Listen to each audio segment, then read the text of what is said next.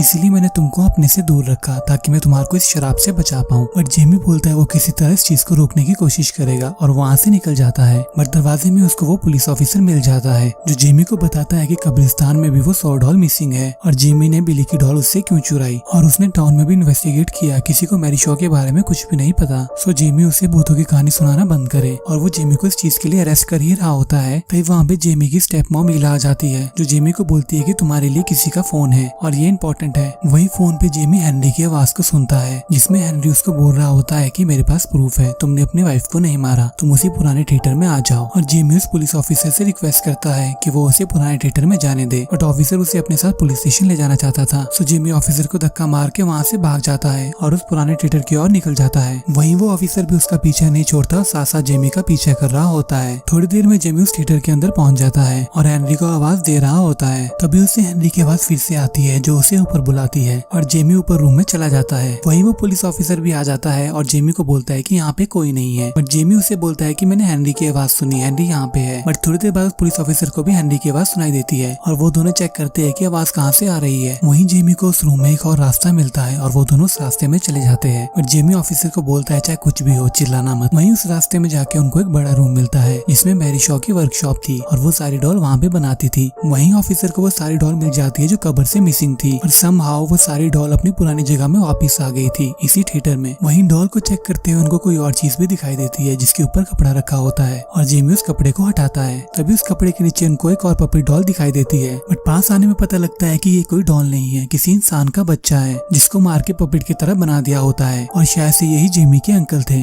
जो बचपन में गायब हो गए थे। इसका मतलब जेमी की फैमिली ने मैरी शॉ के साथ ठीक किया था, वो बहुत बुरी और एक क्रूर पर्सन थी। तभी वहाँ पे फिर से पिन ड्रॉप साइलेंस हो जाता है और जेमी को आइडिया हो जाता है कि शायद से मैरी शॉ आ रही है और वो दोनों इधर उधर देखने लगते हैं। तभी वो नोटिस करते हैं कि जितनी भी डॉल वहाँ पे रखी होती है वो सारी मूवमेंट करने लगती है और सारी एक जगह में ही देखने लगती है जहाँ पे चेयर पे एक और डॉल रखी होती है। तभी जेमी मैरी शॉ का नाम लेके उसे बुलाता है और मैरी शॉ उसे उस पपेट के थ्रू बात करती है। जेमी पूछता है कि उसे क्या चाहिए और मैरी शॉ बोलती है कि वो उन सबको शांत करवाना चाहती है जिन्होंने उसको शांत करवाया था। तभी जेमी पूछता है कि उसने लिसा को क्यों मारा और मैरी शॉ उसे पास आने को बोलती है ताकि वो उसके कान में विस्पर कर सके। तभी मैरी शॉ उसे बता देती है कि लिसा के पेट में एशन फैमिली का एक और मेंबर था, इसलिए उसने उसको मार दिया। इसका मतलब जेमी ही इस फैमिली का आखिरी वंश बचा है और अब मैरी शॉ जेमी को भी मार देगी। तभी ऑफिसर और जेमी शॉ मैरी शॉ को देखते हैं और ऑफिसर उसके ऊपर गन चला देता है जिसमें मैरी शॉ गायब हो जाती है। बट सामने रखी दूसरी डॉल में मैरी शॉ उनके अंदर आ रही होती है। वहीं ऑफिसर के करके उन डॉल को शूट करता है और जेमी को पूछता है कि क्या हो रहा है। तभी जेमी बोलता है कि शायद से मैरी शॉ डॉल्स के अंदर रहती है और हमको ये सारी डॉल डिस्ट्रॉय कर देनी चाहिए। वहीं जेमी इन डॉल को आग लगा देता है और वहाँ से भाग जाता है। बट मैरी शॉ की आत्मा भी उनको मारने की पूरी कोशिश कर रही होती है। वहीं भागते हुए ऑफिसर रैंप से गिर जाता है और जोर से चीखता है। तभी मैरी शॉ उसके मुंह को काट लेती है और उसे मार देती है। वहीं जेमी भी उसी रैंप से लटका होता है और उसे भी मैरी शॉ दिखाई देती है और वो गिर जाता है, लेकिन वो चीखता नहीं, अपने हाथों से अपने मुंह को बंद कर लेता है और पानी में गिर जाता है और उस जगह से तैर के बाहर निकल जाता है। पानी से बाहर निकल के वो देखता है कि वो थिएटर जल रहा होता है और वो अपनी गाड़ी में बैठ जाता है। तभी उसको याद आता है कि सारी डॉल नहीं जली थी, एक डॉल मिसिंग थी, बिली, जो किसी ने उसको भेजी थी, जिसका मतलब अभी भी मैरी शॉ जिंदा है और एक डॉल बची है। नेक्स्ट सीन में जेमी हेनरी के घर चला जाता है जहाँ पे उसने वो बिली डॉल रखी होती है। वहीं वो हेनरी की वाइफ मैरियन की रोने की आवाज को सुनता है और उसे पता लगता है कि हेनरी मर गया है और जेमी मैरियन से पूछता है कि डॉल कहाँ है। वहीं मैरियन बोलती है कि तुम्हारे फादर ले गए हैं। बट जेमी बोलता है कि उसके डैड व्हील चेयर में है, वो चल नहीं सकते और ये पॉसिबल नहीं हो सकता। बट मैरियन बोलती है कि वो तुम्हारे डैड थे और वो उस बिली डॉल को ले गए। नेक्स्ट सीन में जेमी अपने घर पहुंच जाता है जहाँ पे फिर से पिन ड्रॉप साइलेंस हो जाता है और घर में बहुत शांति होती है और जेमी इधर उधर रूम में जा रहा होता है। वहीं जेमी उस रूम में पहुंच जाता है जहाँ पे उसको वो बिली डॉल मिल जाती है। बट तभी मैरी शॉ का घोस्ट उस पे फिर से हमला करता है जिसमें जेमी डर जाता है और उस डॉल को आग में डाल देता है। तभी वो देखता है कि मैरी शॉ की आत्मा गायब हो रही है और अब वो सेफ है और वो रिलैक्स होने की कोशिश करता है। वहीं जेमी की नजर अपने डैड पे बढ़ती है जो कि व्हील चेयर पे बैठे होते हैं और जेमी उनसे बात करने चला जाता है। तभी जेमी लाइट ऑन करके अपने डैड को देखता है और अपने डैड को टच करता है। वहीं उसकी डैड की बॉडी व्हील चेयर से झूल जाती है जिसमें उसकी डैड की बैक साइड पूरी कटी होती है और जेमी को पता लग जाता है कि उसके डैड की कब की डेथ हो गई है। जब भी वो डैड से मिला उसके डैड मर चुके थे और एला पपेट की तरह उसके डैड को यूज कर रही थी और एला भी एक डॉल ही है क्योंकि जेमी ने मैरी शॉ की बुक में पढ़ा था कि एक परफेक्ट डॉल कैसी बनाई जाए जो इंसानों की तरह लग सके, जिसमें एला का डायग्राम होता है। इसका मतलब ये था कि एला एक पपेट थी और मैरी शॉ की आत्मा एला पपेट के अंदर वास कर रही थी। और बिली को मारने के बाद भी मैरी शॉ भी मरी नहीं, एक डॉल अभी भी जिंदा है जो चलती फिरती एला थी जिसके अंदर मैरी शॉ शुरू से रह रही थी। वहीं इस चीज को सोच के जेमी घबरा जाता है और जोर से चिल्ला उठता है। तभी एला जेमी के सामने आ जाती है और उसमें जेमी को मैरी शॉ की परछाई दिखाई देती है और वो जेमी को मार देती है। सो इस घर से कोई भी नहीं बच पाता, पूरी एशियन फैमिली मर जाती है और इसी के साथ ये मूवी एंड हो जाती है। उम्मीद करता हूँ आपको ये स्टोरी पसंद आई होगी। आप लोग क्या सोचते हो मुझे कमेंट सेक्शन में बताओ और चैनल को सब्सक्राइब करना मत भूलना। तब तक के लिए good bye and take care.